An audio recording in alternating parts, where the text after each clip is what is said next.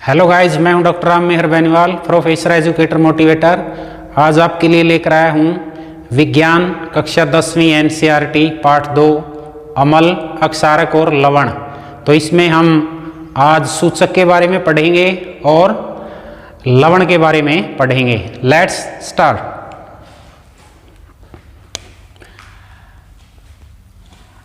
सूचक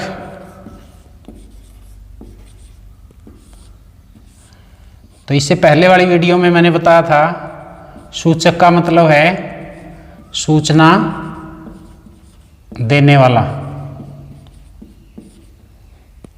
सूचक क्या होता है? सूचना देने वाला, यानी इंडिकेटर है ये, इंडिकेटर। तो जैसे कोई भी इंडिकेटर, बिजली का इंडिकेटर है जो बिजली की सूचना देता है, उसी प्रकार ये सूचक है। किसकी सूचना देता है? कि जो पदार्थ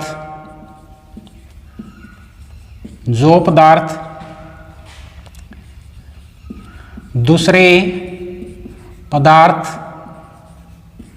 से मिलकर गंध, रंग, स्वाद, यानी ये तीन चीजें गंध, रंग, स्वाद बदल लेता है,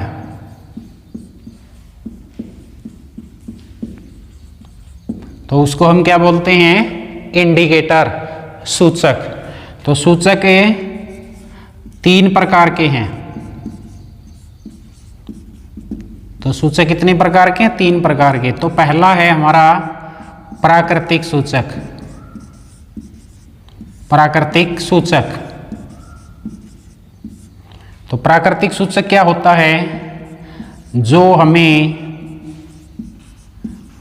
प्रकृति से प्राप्त होते हैं, प्रकृति से प्राप्त, यानी हमें प्रकृति से प्राप्त होते हैं। जैसे इसका एग्जाम्पल है सबसे पहला लिटमस। लिटमस पहला एग्जाम्पल है इसका प्राकृतिक सूचक का। तो लिटमस क्या है? तो सबसे पहले हम देखेंगे ये लिचेन नामक पौधे से प्राप्त होता है। लिचेन नामक पौधा। तो लिचेन नाम का पौधा है जो वो थैलाफाइट ग्रुप से बिलोंग करता है।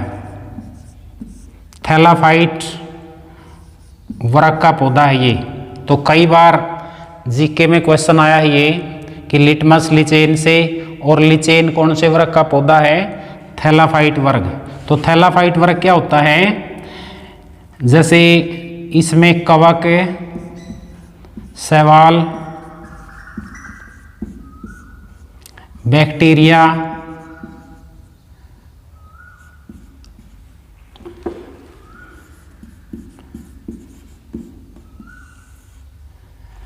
आदि इस वर्ग में आते हैं। कवक, शैवाल, बैक्टीरिया, तो ये सभी थैलाफाइट वर्ग में। तो इनमें क्या होता है? इनका शरीर है जो वो सुपरिभाषित नहीं होता, यानी हम इनके शरीर के बारे में कोई ज़्यादा सूचना नहीं दे सकते। यानी body is not well organised, कि इनका शरीर है जो वो अच्छी तरह से सुपरिभाषित नहीं होता। तो उनको हम थैलाफाइट वर्ग के जीव बोलते हैं। कि लिटमस है जो वो लिचेन नामक पौधे से प्राप्त होता है। दूसरी चीज इसमें क्या है कि ये अमल, अक्षारक की जो जांच है, कि जांच में उपयोगी है।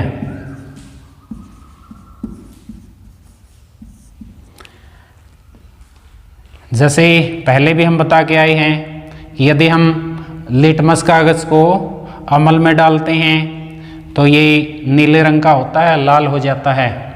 और यदि अक्षार में डालते हैं तो लाल रंग दोबारा से नीला हो जाता है। तो इस तरह से अमल और अक्षार की जांच में उपयोगी है।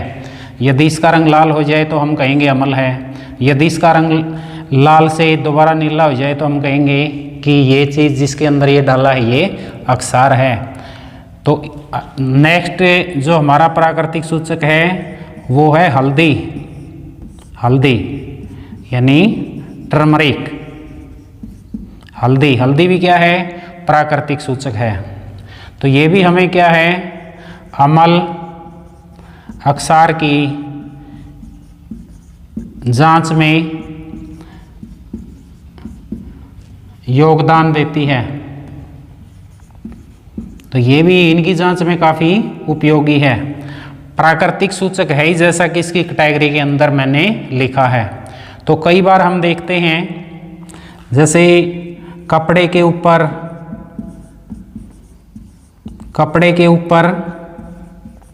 सब्जी का दाग लग जाता है। जैसे हम खाना खाते हैं तो कपड़े के ऊपर कोई सब्जी गिर जाती है, तो जैसे ही हम उसके ऊपर साबुन लगाएंगे, साबुन, तो साबुन क्या है? ये अक्षारक है, बेस है। तो जैसे ही कपड़े के ऊपर सब्जी लगी है उस दाग के ऊपर साबुन लगाएंगे तो उसका रंग कैसा हो जाता है? लाल भूरा, ये रंग हो जाता है। तो ऐसा क्यों होता है? क्योंकि हल्दी एक प्राकृतिक सूचक है, वो अक्षार के संपर्क में आते ही लाल भूरे रंग में बदल जाती है। और जैसे ही इसको ज़्यादा पानी में हम धोते हैं तो फिर इसका रंग कैसा हो जाता है? पीला। तो इस तरह से हम इसके माध्यम से भी अम्ल और अक्षार की जांच कर सकते हैं। तो डियर स्टूडेंट्स, यदि आप वीडियो को एंजॉय कर रहे हों तो वीडियो को लाइक करें, शेयर करें और चैनल को सब्सक्राइब कर लें, यही मेरा मोटिवेशन है। तो नेक्स्ट प्राकृतिक सूचक है हाइड्रेंजिया। पेटोनिया और जिरेनियम। जिरेनियम यानी फूल हैं, ये फूलों की रंगीन पंखुड़ियाँ, ये भी हमारे प्राकृतिक सूचक की काम करती हैं। हाइड्रेंजिया, पेटोनिया, जिरेनियम, ये फूलों की जातियां हैं, इनकी रंगीन पंखुड़ियाँ भी प्राकृतिक सूचक का काम करती हैं। इसमें एक नाम है लाल पत्ता गोभी। लाल पत्ता गोभी, तो ये भी हमारी क्या है? ये भी हमारी प्राकृतिक सूचक है। अम्ल अक्षार की सूचना ये भी देते हैं। तो कई बार एग्जाम में क्वेश्चन आ जाता है कि हाइड्रेंजिया, पेटोनिया, जिरेनियम या लाल पत्ता गोभी ये कौन से सूचक हैं? तो आपने बताना है कि ये प्राकृतिक सूचक हैं। क्यों? क्योंकि ये किसी ने बनाए नहीं बल्कि प्रकृति में ऑटोमेटिक बने हुए हैं। ये सूचक ऑटोमेटिक पैदा होते हैं। तो नेक्स्ट जो हमारी कैटेगरी है सेकंड, वो है संश्लेषित। संश्लेषित सूचक। तो संश्लेषित सूचक का मतलब है जो सूचक प्राकृतिक नहीं है, प्राकृतिक नहीं हैं, बनाए जाते हैं, यानी बनाए जाते हैं। और किससे बनाए जाते हैं? रसायनों से, केमिकल से बनाए जाते हैं, रसायनों से। और कहाँ बनाए जाते हैं ये प्रयोगशाला में या कारखानों में बनाए जाते हैं। तो इस तरह से जो सूचक विभिन्न प्रकार के रसायनों से प्रयोगशाला में या कारखानों में बनाए जाते हैं, प्रकृति में नहीं मिलते, उनको हम संश्लेषित सूचक कहते हैं। तो इनके एग्जाम्पल हैं मैथिल ऑरेंज, मैथिल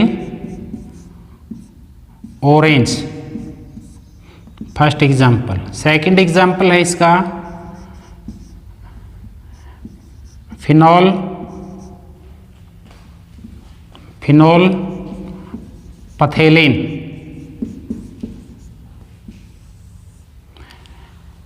तो ये हमारे संश्लेषित सूचक हैं। तो संश्लेषण का मतलब होता है बनाना, ये नाम में ही इसकी परिभाषा है। प्राकृतिक भी क्या था, जो प्रकृति में मिलते हैं। संश्लेषित का मतलब है जो बनाए जाते हैं।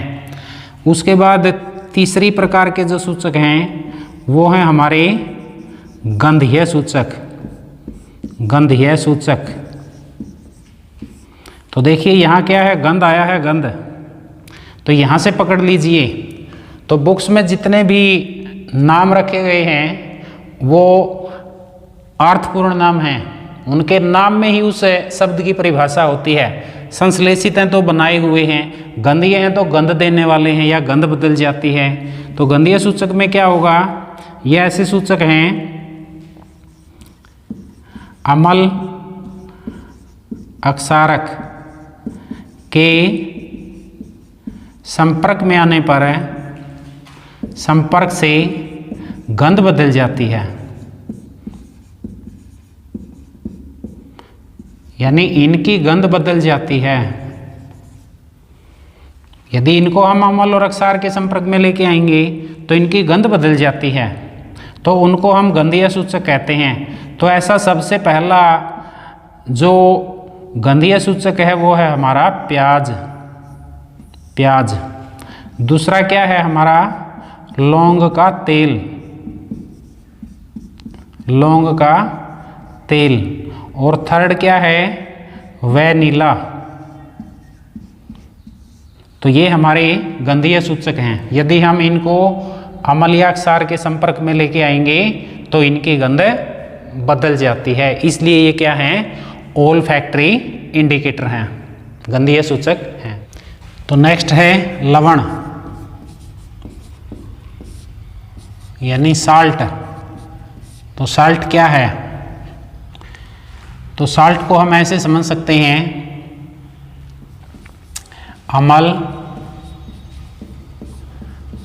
को यदि हम धातु से क्रिया करवाएं तो लवण और हाइड्रोजन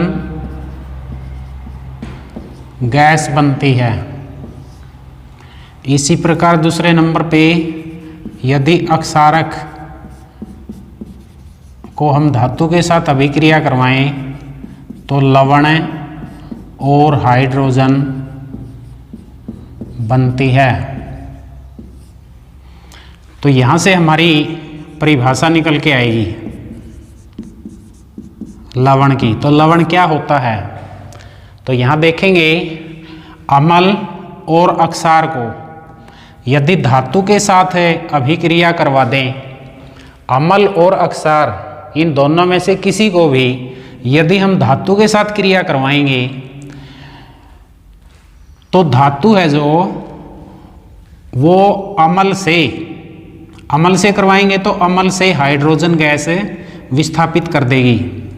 यदि हम धातु के अक्षारक से क्रिया कराएंगे तो धातु है जो अक्षारक से हाइड्रोजन गैस मुक्त कर देती है।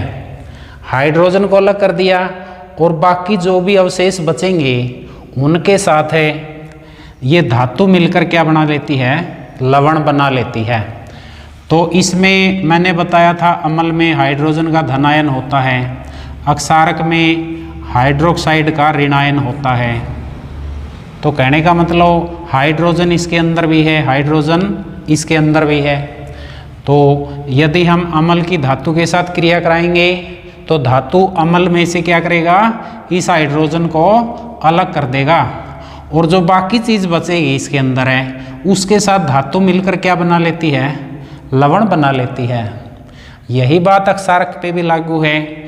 यदि अक्षारक धातु के साथ क्रिया करेगा तो धातु इसके अंदर से, इस अक्षारक के अंदर से हाइड्रोजन गैस विस्थापित कर देती है। और जितनी भी चीज़ बचेगी यहाँ पे, हाइड्रोजन तो उस साइड चली गई, तो इसके अंदर है, इस अक्षारक के अंदर जो कुछ भी बचेगा उसके साथ धातु मिलकर क्या बना लेती है, इस बची हुई चीज़ से लवण बना लेती है। यही चीज़ है दोनों में होती है, यानी अम्ल और अक्षारक से धातु हाइड्रोजन को निकाल के इनके अंदर बाकी जो बचता है उनके साथ मिलकर क्या बना लेती है, लवण बना लेती है। तो एग्जाम्पल देखेंगे हम, जैसे जिंक हमारी क्या है, धातु है।